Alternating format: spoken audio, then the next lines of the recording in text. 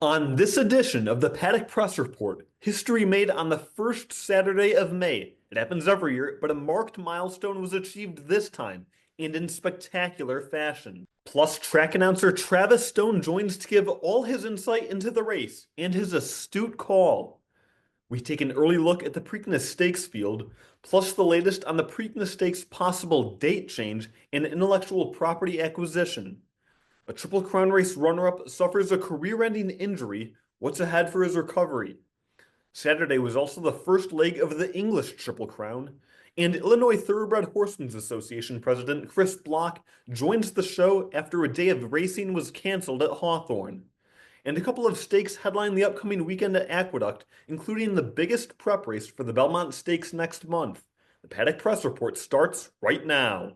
Welcome and thank you for joining me for the Paddock Press Report. I'm Timothy Lateau. What a Kentucky Derby the 152nd edition was.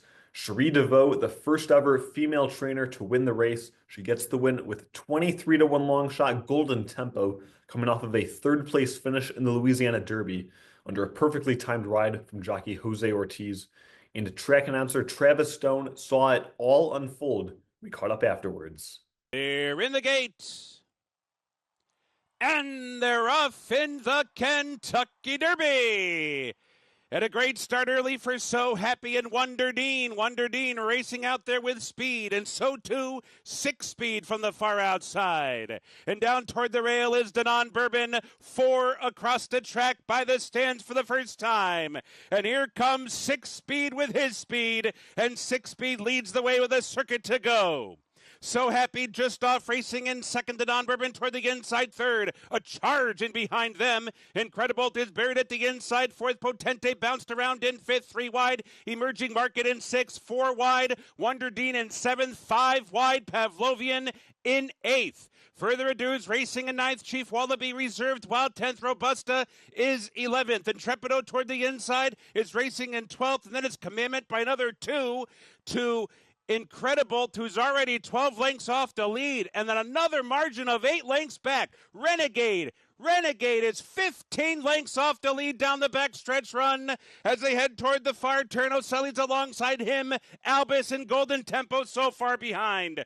46 and 2, a spirited half mile. They hit the far turn. 6-Speed has the speed. Does he have the stamina? They round the far turn. Denon Bourbon is poised. So Happy 3 wide right there. An Emerging Market is sent through toward the inside, has to quicken. Further ado, Commandment is coming with his rally now as they round the far turn, and O'Sully is picking it up with a wide bid as they come for the top of the stretch where Denon Bourbon has taken charge. Denon Bourbon's off the turn and he's got a 3-length lead heading for the 8th pole. O'Sully and Commandment are closing in. Renegade rolling down the top of the track, and Golden Tempo from far behind. Denon Bourbon trying to fend off O'Sully. Renegade, and here's Golden Tempo. Golden Tempo from off the pace to win the Derby, and a career-defining, a racing-defining win for Cherie DeVaux. Well, it is such an honor to be joined by Churchill Downs track announcer Travis Stone, day after the race, taping this on Sunday morning. Travis, what a race yesterday we had. It was, well, I mean, the Derby's the Derby. It always delivers, but each year it just seems to deliver in a special way. And yesterday was no different, with Cherie being the first female winning trainer in a last to first rally. Ortiz brothers running 1-2, and just a wild race. It was great. Most definitely, yeah. What were your thoughts kind of in the early stages of the race, right after they kind of came out of the gates? We had a lot of those international runners pressing the pace along with So Happy. Yes, I mean, I don't think the first couple of furlongs were too much of a surprise. I think the major players were out there. The first turn was a bit of a rodeo. And then for me personally, one of my goals this year was to kind of pull my binoculars down a little bit and get a macro view of the field a little bit more. And it was a bit jarring to have like an 8 or 10 length gap in the sort of the back third of the field back to Renegade and those types, because the pace was like, I think it was 46 and 2, whatever it was.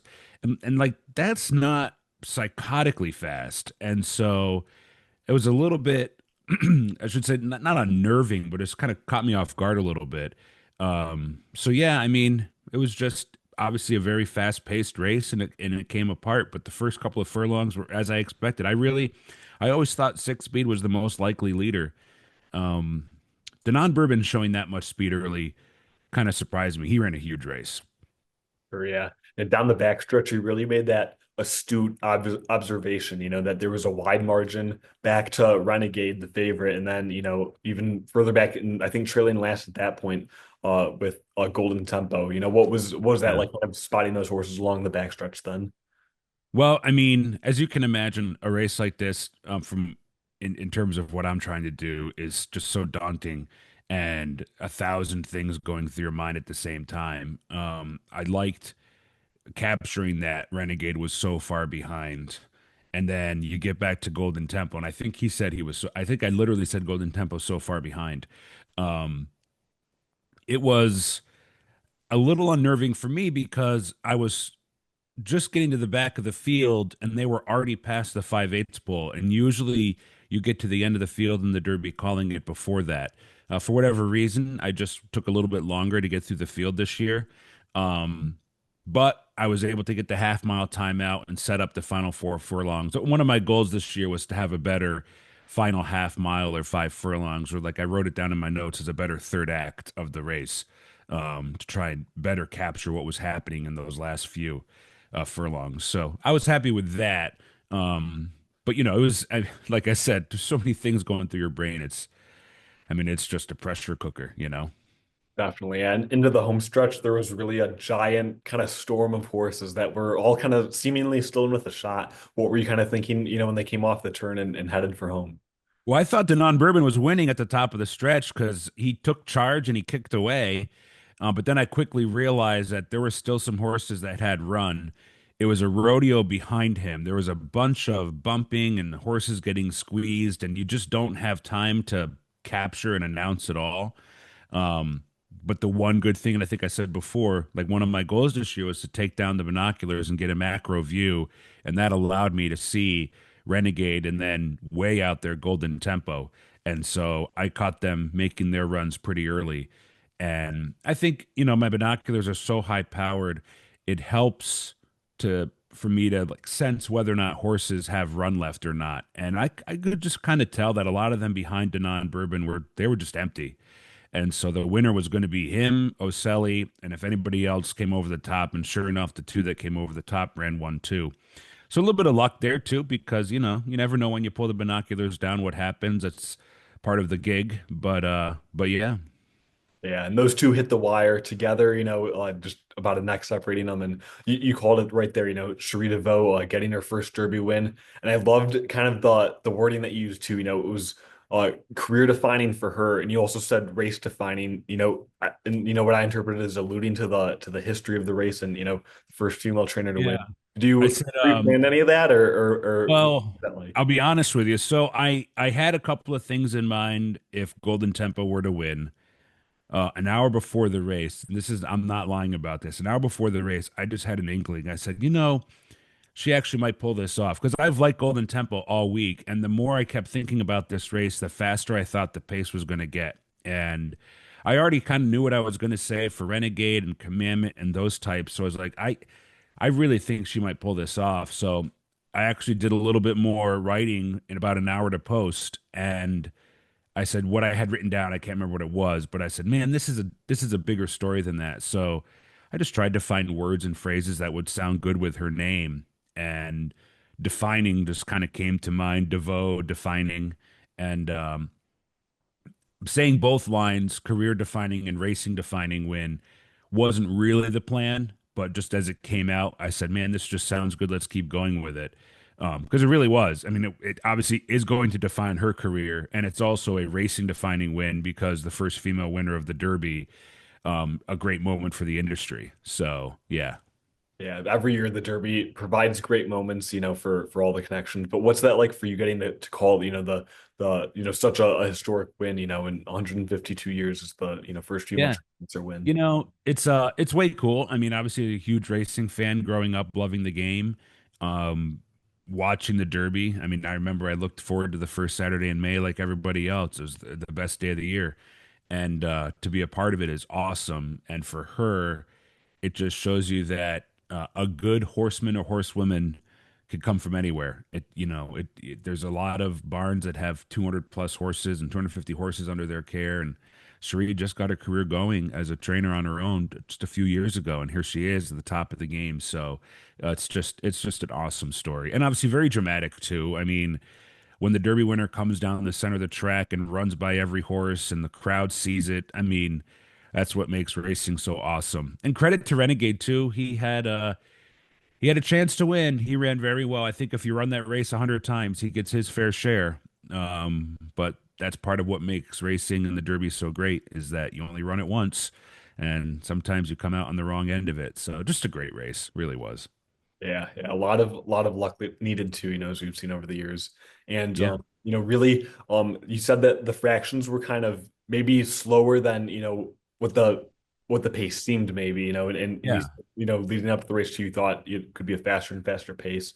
Obviously the last, probably since 2022, we had, Rich Strike and then, that phenomenal three-way photo in 2024, and now Mhm. this, sort of a wild finish too.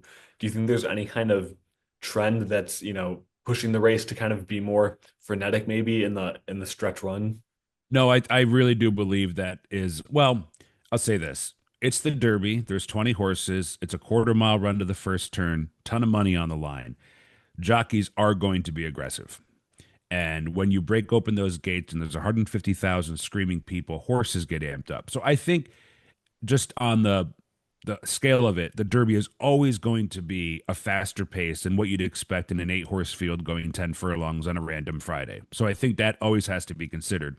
However, these horses are primed to run the best race of their life, and so they're able to withstand some of that. Now, the complete collapse nature of the race, I do think that's probably a little bit more random than not.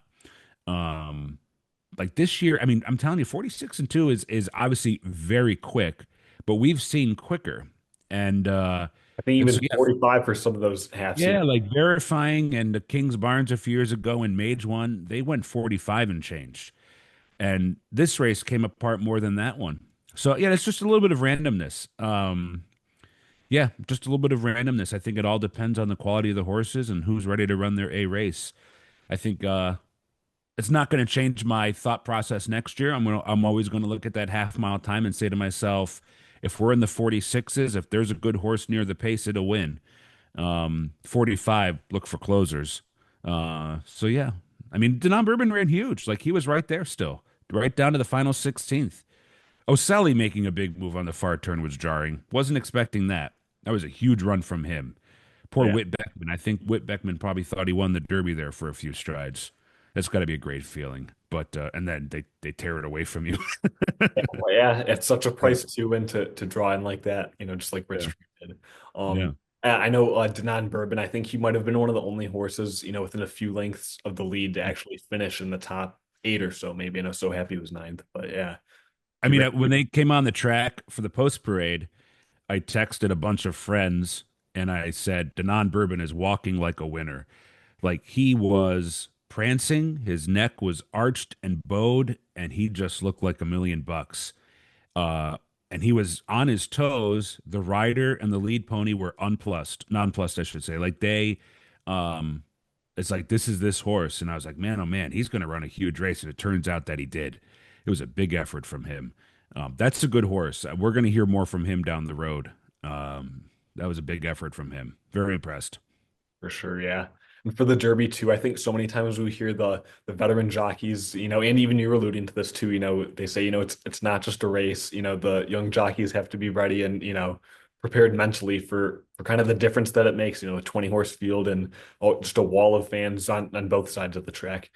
And you've kind of even explained yourself, your approach to the Derby is a little bit different, right? Kind of going in, just kind of, describe, I guess, kind of the homework that it takes. Even as you mentioned in the hour leading up to the race, you're still thinking about the what the call's going to be like. Yeah, I mean, and every year I always have a postmortem where I think about what I have to change for the next year. I think for me, the homework started 3 weeks ago. I watched every single horse's replay, got an idea of their running style, how they run, maybe any key equipment. What color bridle? Do they wear a shadow roll? What color are their blinkers? Um, do they have a blaze? Whatever. Just get an idea of how they like to run, how they break. Knowing if they're good gate horses or not is pretty critical for a race call because you need to anticipate who's going to break out of there sharply. And then I had pages of notes of things to say for each and every horse. Renegade Rolling was certainly written down in my notes as an example. Commandment coming with his run was certainly written down in my notes. Um, I even had a line for Golden Tempo. It was going to be Golden Tempo, too much to do, because I thought maybe he'd be coming with a rally, but he'd have too much to do. Obviously, he did not. He was able to handle it all fine. So it's just like all that stuff. 6 speed has the speed. Does he have the stamina? That kind of played into my goal of improving the final 4 furlongs to 5 furlongs of the race and setting up the far turn a little bit better. So that came out. So you just put a bunch of things into your brain and you hope that some of it pops out in the moment. As you can probably imagine, for those 2 minutes, it's just your brain is going 1,000 miles an hour, and you're just watching all this stuff develop, and you're just trying to catch it all. And then, Churchill does me no favors by putting a stage inside the far turn that blocks effectively the 3/8 pole. So, like, where moves are being made, I'm looking at a DJ for a hot second. So it's just there's a lot to think about. Let's see if I can get them to move that stage next year. I'm gonna make a big effort on that. An idea. I'm on your side, Travis. Yeah. Yeah, you've certainly called a fair share of a lot of exciting derbies, and a couple of, Triple Crown winners too along the way. What are your thoughts kind of looking ahead to the Preakness and then mile and a quarter Belmont this year? Yeah, I mean, I love how, as of today, it does sound like a lot of the Derby Trail horses are thinking Preakness. Hopefully, some of the Derby horses wheel back and give the Preakness a chance. I'm a big fan of the Triple Crown. It is three of the biggest handle days in the American racing calendar. There's tradition. We have the attention of the sports world for a good 5 or 6 weeks, and I think we got to keep that momentum. There was a race yesterday, Crude Velocity won the Pate Mile, where he beat Englishman. That was a very fast race. I'm going to be shocked if that figure doesn't come back huge. I would also be shocked if Bob Baffert says um, he's going to that race. Like I think Crude Velocity is a live Preakness contender. It's a very talented horse, so that would be cool. And I hope Cherie does with Golden Tempo. You never know. Golden Tempo is the type of horse. I mean, just calling a spade. When they win from last to first, it's often circumstance, right? The pace was fast and everything went their way. Think of Giacomo, right? Those types of horses don't win a lot of races because that's the way racing tends to go. But hopefully they continue to give it a shot, and maybe we'll see them in the Preakness too. But yeah, just it was cool. Definitely, yeah. Well, fantastic insight, phenomenal race call. Just really appreciate your time, Travis. This has been My awesome pleasure. to talk with you. Yeah, thanks so much. My pleasure. Thank you. And thanks to Travis for that interview, bright and early Sunday morning after the Derby. Now, it's unclear in the immediate 24 to 48 hours after the Derby which horses might go on to the Preakness, including the winner Golden Tempo. But there is a list of horses out there whose trainers have indicated they are considering the Preakness. It's on May 16th at Laurel Park, just south of Baltimore. Leading the list is Crude Velocity, trained by Bob Baffert. He comes off of an impressive win on the Derby undercard in the Pate Mile. It'll be a 2-week turnaround for that horse. He was impressive, winning by open lengths. Taj Mahal is trained by Brittany Russell. He won the Federico Tessio Stakes back in April, also impressively leading wire to wire, opening up big time on the field. Crupper, trained by Donnie Von Hemmel, was first in the Bathhouse Row Stakes. That's another race like the Federico Tessio, where it offers the winner an automatic berth into the Preakness. Otinho, trained by trainer Chad Brown, was second in the Bluegrass Stakes, opted to skip the Derby in favor of the Preakness, even though he had enough points to make the Derby field. Silent Tactic is trained by Mark Casse, second in the Arkansas Derby. He was scratched from the Kentucky Derby with a hoof issue. He's still eligible for the Preakness Stakes, though. We'll see if he goes. The Hell We Did, trained by Todd Fincher, was second in the Lexington Stakes. He's indicated he's likely for the Preakness. Talkin', trained by Danny Gargan, was third in the Bluegrass Stakes. He also may go to the Preakness. Chip Poncho, trained by Steve Asmussen, was fifth in the Louisiana Derby. He could have made the Kentucky Derby, but Steve Asmussen said he wasn't training as well as he liked. He opts for the Preakness. Napoleon Solo, trained by Chad Summers, was fifth in the Wood Memorial last out. He may go to the Preakness. Cherokee Nation, trained by Bob Baffert, was sixth in the Santa Anita Derby. Disappointing run for that horse. We'll see if Baffert enters multiple horses in the second leg of the Triple Crown. Iron Honor is trained by Chad Brown. He was seventh in the Wood Memorial. And Talk to Me Jimmy ran eighth in the Wood Memorial, trained by Rudy Rodriguez.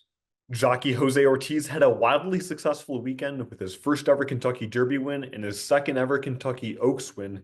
He came into the race on Always a Runner, who was 2 for 2 trainer Chad Brown after winning the Gazelle Stakes at Aqueduct. Under the lights for the first time ever and on main network television for the first time in decades, Always a Runner and Ortiz sat in 8th position for most of the mile and an eighth race. The 5-to-1 shot came off the turn about 5 wide in 5th. Always a Runner stole the lead from Santa Anita Oaks champion Meaning in the final 16th, won by a length and a quarter. Meaning, Counting Stars, and Explorer rounded out the superfecta, while lukewarm favorite Zany ran 6th. At age 2, Always a Runner wasn't racing. She was fighting for her life as she battled pneumonia. She pulled through, won her first 2 races, and became one of the most inexperienced fillies ever to win the Oaks. Jose Ortiz joins Brian Hernandez Jr. in 2024 and Kelvin Burrell in 2009 in recent years to win both the Derby and Oaks in the same year. He's the 9th jockey to complete the double all time. Who can still remember last year's Preakness Stakes win with journalism just getting up to the wire in time? Well, the horse on the losing end of that close finish, Gosger, has sadly been retired due to injury. Fortunately, reports are the 4-year-old colt trained by Brian Lynch is recovering, doing well, and is in good spirits. He broke both sesamoids in his right front leg in a workout on April 24th at Churchill Downs. You could basically compare the sesamoids to the upper portions of a horse's ankle. Gosger underwent a successful fusion surgery and will spend the next 2 weeks in the hospital until his cast is ready to come off. He earned just shy of $1 million on the track. His biggest win was the 2025 Grade 3 Lexington Stakes at Keeneland, but is probably best known for runner-up finishes in the Preakness Stakes and Haskell Stakes, both to journalism. As the horse's health is the priority, there's been no talk of a possible stallion career. A Sports Business Journal report garnered much attention regarding the possible date change for the Preakness Stakes beginning next year. This year's Preakness is the last on NBC's contract, though NBC joins Fox and Amazon and Netflix among the outlets bidding for the rights to the race for 2027 and beyond. The Sports Business Journal report indicated that sources believe if NBC were to retain the rights to the Preakness, the race would keep the third Saturday in May date. But if Fox were to win the rights, as it already has the rights to the Belmont Stakes, it would work with its partner in the New York Racing Association as well to adjust the Triples Crown schedule, possibly allowing for 3 weeks between each race. A Maryland Jockey Club spokesperson tells me no date change has been discussed. Negotiations with media rights partners are still ongoing. This comes after the Stronach Group sold the Preakness Stakes intellectual property rights to Churchill Downs Incorporated for $85 million just a couple of weeks ago. But the Maryland Jockey Club says it remains in full control of the operations and calendar of the Preakness Stakes and Black-Eyed Susan Stakes. A 2024 agreement between the Maryland Jockey Club and the Stronach Group was also supported by Maryland state law that essentially guarantees that the Preakness will forever be held in the state, with the only exceptions being an emergency or construction of Pimlico. The Preakness Stakes is being held in front of a small VIP crowd of about 4,800 this year at Laurel Park, south of Baltimore, while renovations are underway at Pimlico. While the first Saturday in May is also the first leg of the English Triple Crown, the 2000 Guineas. Run a mile on Newmarket's turf, Bo Echo was the 2-to-1 favorite for 34-year-old trainer George Bowie and sat towards the rear of the field for much of the race. The field fanned out with about 3/8 of a mile to run, and the second choice, 3-to-1 shot Aidan O'Brien trained Stod, unleashed his run from mid-pack. 20-year-old jockey Billy Lofnan in the Yellow Silks took Bo Echo to the near side, and the two favorites squared off for the final quarter mile. Bo Echo prevailed by 2 3/4 lengths over Stod with Ryan Moore in his irons. It was another 8 lengths back to Distant Storm in third. Lofnan is the youngest jockey to win the 2000 Guineas in recent years at just 20. Bowie is the youngest trainer to have won both the 2000 and 1000 Guineas in his career since the post-war era. His 1000 Guineas win came back in 2022. The country's oldest family-owned sports venue, Hawthorne Racecourse, filed for bankruptcy back in February. The Carey family, which owns the 136-year-old track, continues to attend court hearings in federal bankruptcy court in Chicago as they continue to look for a buyer to hopefully continue to operate the track as a racetrack. If not, they'll have to sell it to someone to redevelop the track. The track's value is estimated around $115 million. Meanwhile, the Hawthorne race meet did begin a couple of weeks ago, but had to cancel a day of racing on Thursday after not enough entries were drawn. Well, it is an honor to be joined by Illinois Thoroughbred Horsemen's Association president and trainer Chris Block. Chris, a champion Illinois trainer and yeah, just a real phenomenal horseman for decades in the game. Chris, thanks for taking the time to join me. Well, of course, yes. Thanks for having me. Chris, well, we're a couple of weeks now into the Hawthorne meet that began on April 19th. And just how has it been so far for you and the other trainers out there? Well, so far, we've gotten off to an okay start. It's been a little rocky. Entries have been a little bit on the slow side, which we anticipated that being a problem, horse population wise on the backstretch. We only have about 450 head of horses there right now. We typically, last year, we capped out at about 650.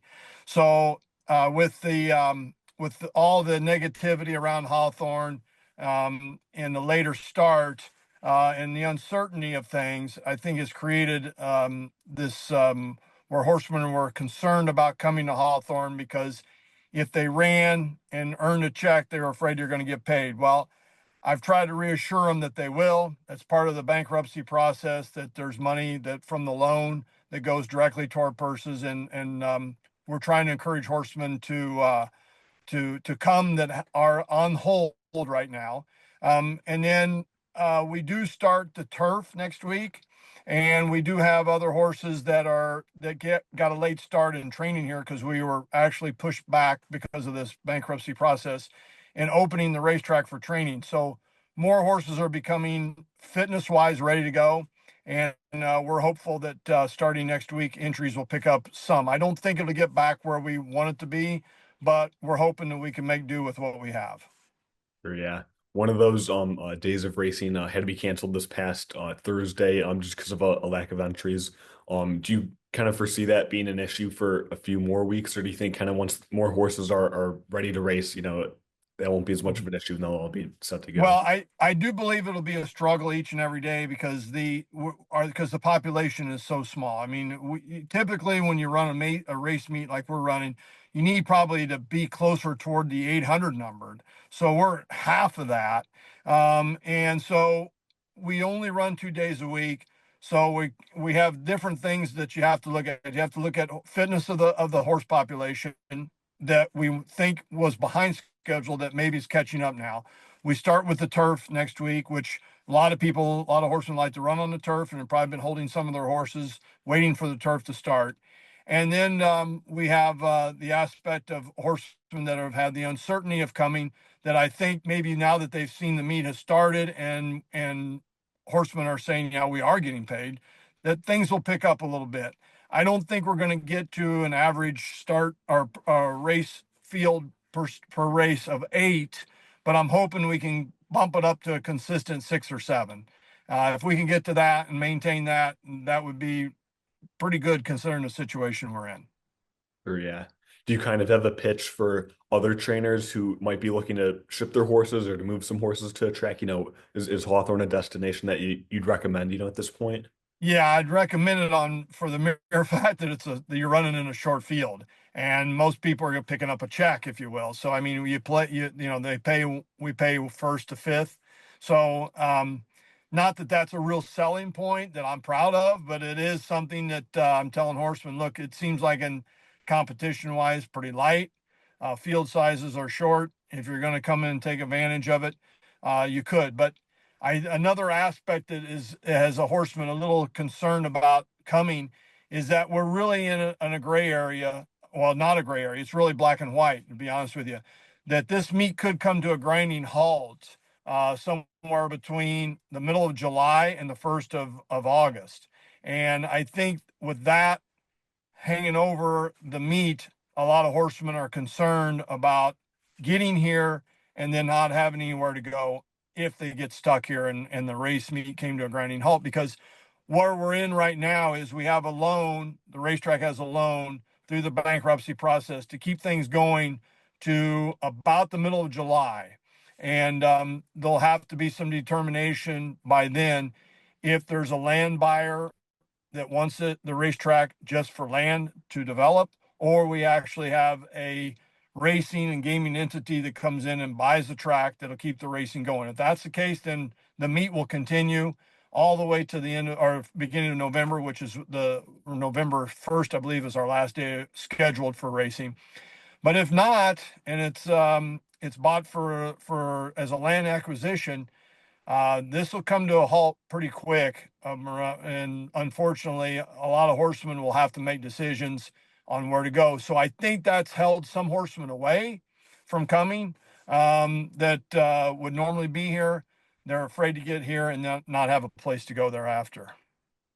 Sure, yeah. As far as kind of looking ahead to that date in July and August, the owners, the Carey family are kind of in bankruptcy court, as they kind of navigate these waters of having that funding and how and when to spend it kind of. What's your outlook like as far as a future potential buyer, though? Are you hopeful that the track kind of is able to remain, a track? I think there's a value out there, maybe 115 million is kind of what it's been valued Yes, at. that's the number that's been kicked around a little bit. There is, I believe the Carey family had an offer last summer to early fall for the land for period, just as a land acquisition at $1 million an acre, and it's around 115 acres. So, my hope is that there's a racing and gaming entity that will see the opportunity in Hawthorne to put in you have a racetrack, we have a backstretch, we have a turf course, everything there. The infrastructure is there. It just needs to build a casino to turn the facility into a racino. I think Hawthorne sits in a very, very sweet spot, if you will, for gaming. There's a lot of quote unquote rooftops in the area. So people, I think the gaming industry looks at how many homes are in the area and what the population is. Well, you can't ask for a better location than Hawthorne. Probably the negative around it is that, I believe the competition has increased dramatically in Chicago since the inception of the gaming bill, which passed in 2019. So we're 7 years in. We have Wind Creek on the south side, and we have downtown that's close to beginning to, I think it's been under a temporary situation, but I believe they're getting close to having their final project finished and opening. And, the state of Illinois has the second most gaming positions in the country at 49,000. So I think those are negatives that if you're a gaming company that they're looking at. So I think from what I've heard, there are gaming companies that have signed NDAs that are going through the due diligence to see if this is something that they can work with. That's a positive. We just need them to move to the next level, which would be actually interested in making a bid and getting involved in the bidding process that's going to take place here over the next 60 days to ultimately come to a buyer. And we hope and pray that it's on the horseman side, that it's a gaming and racetrack oriented entity. Sure, yeah. What's your outlook kind of like for the rest of, this year, 2026 and then beyond, for the future of Illinois racing, at least in Northern Illinois? So at this point in time, I have a lot of anxiety, and because this is my home, as well as a lot of our local horsemen. We've put our roots here, and this is a great spot to be if someone comes in and saves this, because there's a lot of breeders that are sitting on hold, waiting to see if this can be saved, that would get re-engaged into the industry. And with a racino, I think that Hawthorne could become like a Parks out in Philadelphia. Parks has a $55 million purse account that 90% of it or 95% of it comes from gaming. I think we could be like Parks, and we'd have a really solid purse structure. We could rebuild the breeding program, which my family's been heavily involved with for a long, long time. I'd like to be a big part of that. And That's why I took on being president of the association, because I didn't expect to be in this position when I ran for president, but I thought maybe this would be a chance for me to get heavily involved in rebuilding Illinois racing. Losing Arlington was a really, really big blow to the industry, and we thought Hawthorne would pick up the reins and carry their forward, and they just have run into a lot of issues in getting there, that are complicated and probably not really understood by a lot of people, because we really don't know exactly why we got to this point. We just know that we are.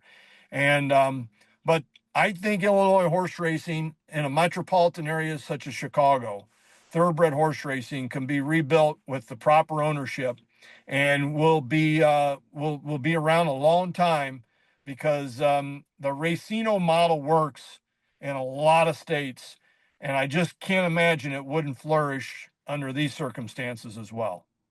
Yeah, well, I know a lot of hopeful Illinois horsemen hoping for some better news soon. Talking about some more exciting times for your stable, though. We're talking this Friday ahead of Derby Day, and you've got some exciting stakes runners tomorrow at Churchill Downs, coming up on Saturday on Derby Day. One in the turf sprint, one in the dirt mile race, the Knicks Go. Talk about those runners. Sure. So in the turf sprint, I have a horse by the name of Mondo Gets Buckets that, since transferring to he was really successful last year on the dirt, but I transferred him to the turf over the winter in the fairgrounds in New Orleans, and thought he might like the turf, and he's really moved his game forward. His last couple of races have been real solid in the Shakerton at Keeneland. He was a really good third there. And prior to that, we were in the closing weekend there in the middle of February at Fairgrounds. He ran in against a really nice horse, and was second in the stake there. So it's moving forward, and he's training really well. And I think these 5.5 races on turf, it's all about the trip that you get. And I think I really have a lot of confidence in Tyler Gaffleone, who rides him. And I think if he gets the right trip, he should be heard of down the stretch, because he seems like the 5.5 furlongs, which is this distance, he seems to be able to finish it off fairly well. And so, I think the top 2 horses that were first and second to us last time are probably the 2 horses that look like at the top there that we'll have to tackle with tomorrow. And there's others in there as well, but I like my chances with him. He's doing really well, and coming in the race the way we'd like to see him coming into it. Moonlight is going to run the Knicks Go. He has a real affinity for Churchill surface. His better races have all been at Churchill for some reason. He's run 2 really poor races at the fairgrounds, and I think it was probably a combination of the surface he didn't really care for. You couldn't tell it in his training, but in the racing, you could sure see that wasn't the same horse. And he's better around one turn, like this elongated 1 mile shoot at Churchill really fits him well. He's coming into it great. Jose Ortiz, you can't ask for a better rider, and he knows him really well. I have to think he'll show up tomorrow and run really well. So I'm excited about our chances tomorrow. I think we go into those races with horses that are really at the top of their game, and they're going to need to be to run in these kind of races. Yeah, well, I know a lot of Illinois racing fans will be rooting for you on the big stage at Churchill on Derby Day, and also rooting for a good outcome as well with Hawthorne. Chris, I really appreciate you taking the time. Absolutely. Thanks for having me. Thanks to Chris for his time. I should note that multiple Hawthorne officials were contacted for the story. None returned a request for an interview. Chris did have a successful day at Churchill Downs on Derby Day. Mondo Gets Buckets ran mid-pack in the turf sprint, but Moonlight outran his odds at 12-1 to run second in the Knicks Go Stakes. Well, this upcoming weekend on May 9th, it's a big day for Aqueduct Racetrack, a couple of big stakes. It's headlined by the Grade 2 Ruffian Stakes, $200,000 purse, a mile for fillies and mares, 4-year-olds and up. Leading the nominations to the Ruffian Stakes is Grand Job, a 5-year-old mare trained by Belmont. She was second last out at Keeneland in the Grade 1 Madison Stakes. That's a 7-furlong race. Now she's stretching out to a mile. She was first earlier this year in the Grade 2 Inside Information Stakes at Gulfstream Park. There's also Immersive, a 4-year-old filly trained by Brad Cox.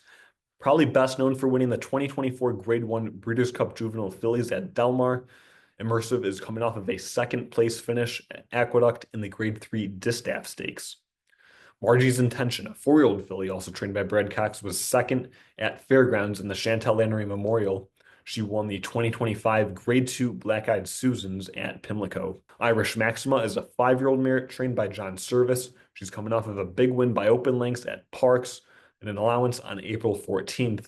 And Irish Maxima also won the 2025 Grade 3 Distaff Stakes at Aqueduct. Aqueduct's other co-feature is the Grade 3 $200,000 Peter Pan Stakes. It's a 1.5 for 3-year-olds, and it waives the entry fees for the top 3 finishers to the Belmont Stakes a month from now. That'll be run at Saratoga. Leading the Peter Pan nominations is Bull by the Horns, trained by Saffie Joseph Jr. He was first last out at Turfway Park in the Rushaway Stakes. That's on synthetic. That'll be stretching out to a 1.5 Corona de Oro, trained by Dallas Stewart, was third at Keeneland in the Lexington Stakes. He was drawn as number 24 and also eligible for the Kentucky Derby, but didn't draw in by the Friday morning deadline. Reagan's Honor is trained by Cherie DeVoe, Kentucky Derby winning trainer there. Reagan's Honor was 6th last out in the Bluegrass Stakes, but he's got 2 impressive wins at Fairgrounds and an allowance and in a maiden race before that. And Trendsetter comes off of a win at Keeneland in the Lexington Stakes for trainer Ben Colebrook. Colebrook indicated that he wasn't as keen on running Trendsetter in the Preakness. Maybe instead he points to the Peter Pan. We'll see. Well, thank you so much for joining me for the Paddock Press Report. If you like it, be sure to share it, like it, hype it, subscribe, comment, whatever you feel. Really appreciate your time watching. And new episodes come out every week at 1 p.m. Eastern Time at 10 a.m. Pacific. See you next week. For now, I'm Timothy Lateau. See you at the races.